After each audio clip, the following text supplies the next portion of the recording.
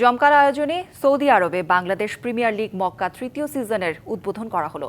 শত কর্মব্যস্ততার মধ্যেও প্রবাসের মাটিতে এমন আয়োজনে অংশ নিতে পেরে খুশি ক্রীড়াপ্রেমীরা।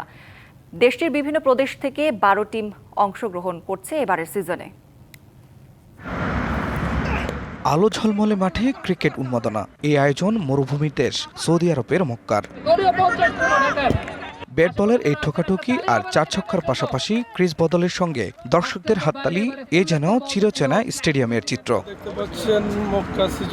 সৌদি আরবের বাংলাদেশ প্রিমিয়ার লিগ মক্কা তৃতীয় সিজনের এবারের আয়োজনের প্রধান অতিথি ছিলেন বিএনপির আন্তর্জাতিক বিষয়ক সম্পাদক আহমেদ আলী মুকিব। সঙ্গে ছিলেন ক্রিকেটার মোহাম্মদ রফিক ও আশরাফুল।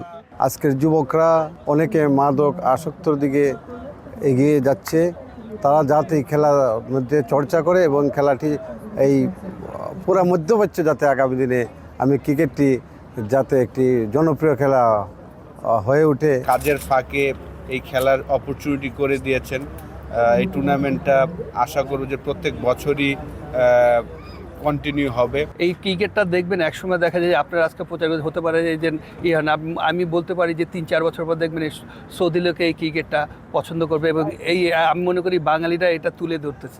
উদ্বোধনী অনুষ্ঠান পরিচালনা করেন রাসেল আহমেদ। সার্বিক তত্ত্বাবধানে ছিলেন আমিনুল ইসলাম। বক্তব্য রাখেন মীর মনিরুজ্জামান তপন, হাজী সালাউদ্দিন, টিপু সুলতান, জহির আহমেদ, গিয়াসউদ্দিন সহ অনেকে। প্রবাসী বাংলাদেশিরা যাতে একটু বিনোদন পায়। শিয়া বাটার ও ভিটামিনে সমৃদ্ধ লিলি বিউটি সোপ, তারুণ্যময় উজ্জ্বল ত্বকের জন্য।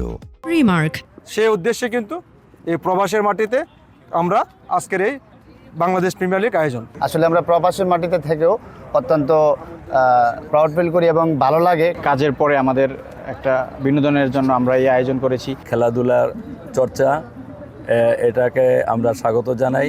যুব সমাজের অবক্ষয় রোধ এবং বিশেষ করে সুস্থ বিনোদনের একটি অন্যতম মাধ্যম হচ্ছে খেলাধুলা। প্রথম ম্যাচে ক্রীড়া সাংবাদিক আবিদ হোসেন সামির ধারাভাষ্য বাড়তি পাওনা। বাংলাদেশ ক্রিকেট দলের সাবেক এই দুই ক্রিকেটারের অংশগ্রহণ প্রবাসীদের প্রেরণা যোগায়।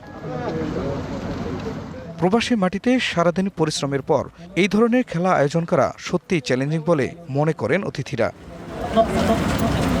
বাংলাদেশ কনসুলেশন সহ বিত্তশালী প্রবাসীদের এসব খেলাধুলায় সহযোগিতা করার আহ্বান জানান প্রবাসীরা। DBC news desk.